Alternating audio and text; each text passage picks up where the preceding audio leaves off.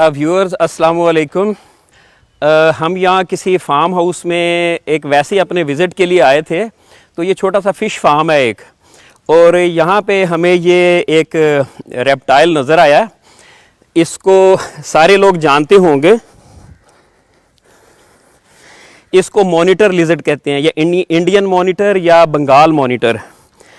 इसका जो जूलॉजिकल नाम है वारानस बेंगालेंसिस। तो इस रेप्टाइल से मुतल्लिक बहुत सारी कहानियाँ जुड़ी हुई हैं। मैं इसको ज़रा नहला लूँ, इसके ऊपर गारा मट्टी लगी हुई है, इसको साफ़ कर लूँ, फिर आपको बताता हूँ।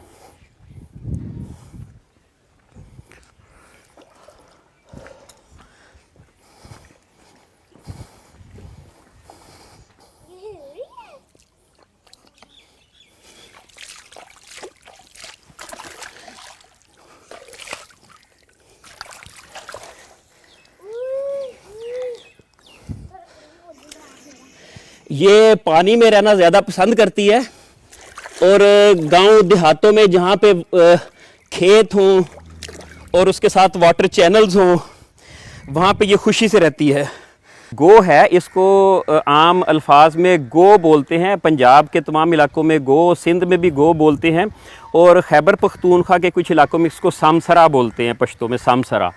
अरब में ये एक बड़ी अच्छी डिश समझी जाती है। हत्ता कि एक मौके पे रसूल पाक सल्लल्लाहु अलैहि वसल्लम को इसकी डिश तैयार करके पेश की गई, तो हुजूर ने ख़ुद तो नहीं खाई, लेकिन किसी को मना भी नहीं किया। तो बहरहाल इसका गोश्त अरब इलाकों में खाया जाता है। बल्कि कुछ और रेप्टाइल्स हैं जिसमें यूरोमास्टिक्स है, जिसको सांडा भी बोलते हैं, उसका भी गोश्त खाया जाता है, इसका भी गोश्त खाया जाता है। तो इसमें हलाल हराम का कोई ऐसा इशू नहीं है। तो ये तो इसकी फूड वैल्यू है। इसकी इकनॉमिक वैल्यू जो है कि इसकी खाल इस्तेमाल होती है। इसकी खाल से मुख्तलिफ छोटे छोटे पर्स बनते हैं, लेडीज़ पर्स और जो भी इस तरह की चीज़ें हैं, इसकी खाल से बनते हैं। और एक और पहलू इसका ये है कि इसको पुराने ज़माने में, आज से 100 साल पहले कह लें, जब देहाती माहौल था अक्सर जगहों पे और कच्चे मकानात होते थे, और जो चोर थे वो इसको यूज़ करते थे दीवार फलांगने के लिए या घरों में उतरने के लिए। ये जो इसकी ये जगह है, यहाँ पे रस्सी बांध के इसको छत के ऊपर फेंका जाता था, और ये अपने जो इसके नाखून हैं, ये इसकी जो पावर है बहुत ज़्यादा है। और ये एक जगह पे जब पंजे अपने गाड़ देती है तो इसको दुम से पकड़ के खींच दे, इसकी दुम टूट जाएगी, लेकिन ये वो जगह नहीं छोड़ेगी। तो इसी चीज़ का, इसी जो कैरेक्टर का फ़ायदा उठाते थे चोर हजरात, कि इसको यहाँ से रस्सी बांधी और घुमा के छत के ऊपर फेंक दिया, और ये कच्ची छत के ऊपर अपने पंजे, चारों पंजे ऐसे जब ज़रा सा खींचते थे तो चारों पंजे अपने ये उसमें पेवस्त कर लेती थी, और इसके साथ लटक के रस्सी को पकड़ के चोर छत के ऊपर चढ़ जाते थे। ये तो हमने सुनी हुई है बातें, लेकिन हमने देखी नहीं है। लेकिन अक्सर बुज़ुर्गों ने, अक्सर देहातों में हमें ये वाक़यात सुनाए हैं। तो इकोसिस्टम में जो इसका रोल है, ये कह लें कि ओमनीवोर है। ये हर तरह का जो खुराक है, ये छोटे छोटे मेंढक खा लेगी, ये छोटे छोटे ये जो केचवे हैं वो खा लेगी, जो हशरात है छोटे मोटे वो खा लेती है। फिर जितना डेड ऑर्गेनिक मैटर है, आपको जहाँ पे कचरा या इस तरह के सॉलिड वेस्ट डंप किया हुआ नज़र आता है, वहाँ पे भी आके कुछ ना कुछ खाती है, या घरों के बाहर जो किचन वेस्ट होता है उसके ऊपर हाथ साफ़ करती है। मतलब है कि ये कह लें कि स्कैवेंजर टाइप है, कि जो गंदगी और आलाइशें हैं माहौल के अंदर उनको साफ़ करती है। जो IUCN है, जो आलमी इदारा है जो मुख्तलिफ़ जानवरों की कैटेगरीज डिफ़ाइन करता है कि कौन सा जानवर है, उसकी नस्ल कम हो रही है या स्टेबल है या बढ़ रही है, उसके मुताबिक ये थ्रेटेंड कैटेगरी में नहीं आता। यानी कि क्रिटिकली एंडेंजर्ड या वल्नरेबल नहीं है, नियर थ्रेटेंड है। यानी कि इसकी नस्ल को ख़तरा ज़रूर है, लेकिन इस हद तक ख़तरा नहीं है कि ये बिल्कुल ही मादूमी की तरफ जा रही हो। तो बहरहाल ये नियर थ्रेटेंड IUCN के कागज़ात में है। और अमूमन अब आगे ये बरसात का मौसम है, और इसके बाद हबस के दिन भी आएंगे, तो अक्सर घरों से हमें ये शिकायत मौसूल होती हैं या फ़ोन कॉल्स आती हैं कि हमारे घर में एक बहुत बड़ी कोई एक मॉन्स्टर आ गया, या बहुत बड़ा कोई जानवर आ गया, तो उससे हमें बचाएं या उसको रेस्क्यू करें, जो भी है।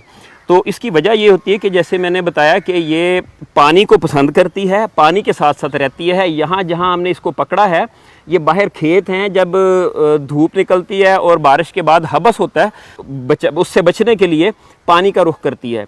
तो ये भी हमने तालाब के अंदर से पकड़ा है इसको। तो अमूमन जो रिहायशी इलाके हैं, देहाती इलाके हैं, या जहाँ पे लॉन हैं, ग्राउंड्स हैं बड़े बड़े, हर घर के साथ लॉन है, तो ये पौधों में आ जाती है। और जब हबस या गर्मी होती है, उससे बचने के लिए जो हमारे गंदे पानी की नालियाँ होती हैं उसके अंदर ट्रैवल करती है, और इसको नहीं पता होता मैंने उधर जाना है या उधर जाना है, तो वो नालियाँ जो अल्टीमेटली हमारे जो मेन होल है वहाँ पे आके एंड होती हैं।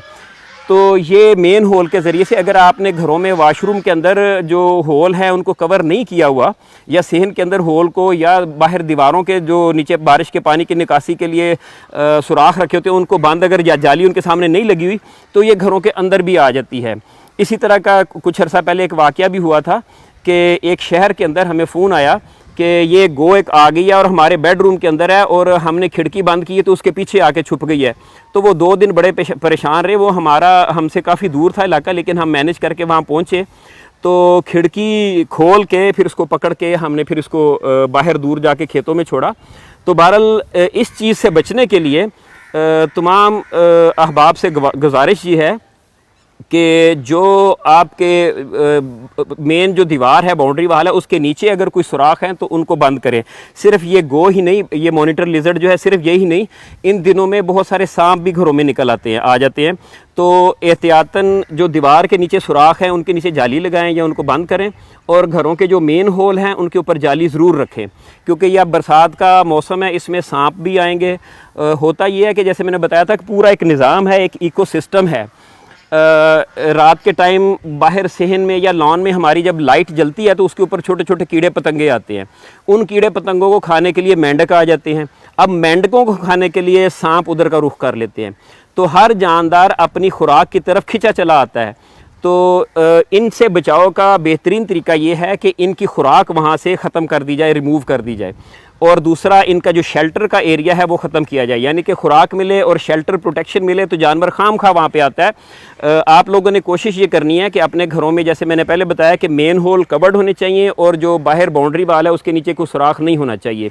और आपके जो लॉन हैं उनके नीचे जो पत्ते गल सड़ के गिरते हैं उनकी सफाई रेगुलर बुनियादों पर होनी चाहिए। वो इस तरह के जानवरों को छुपने की जगह फराहम करती हैं।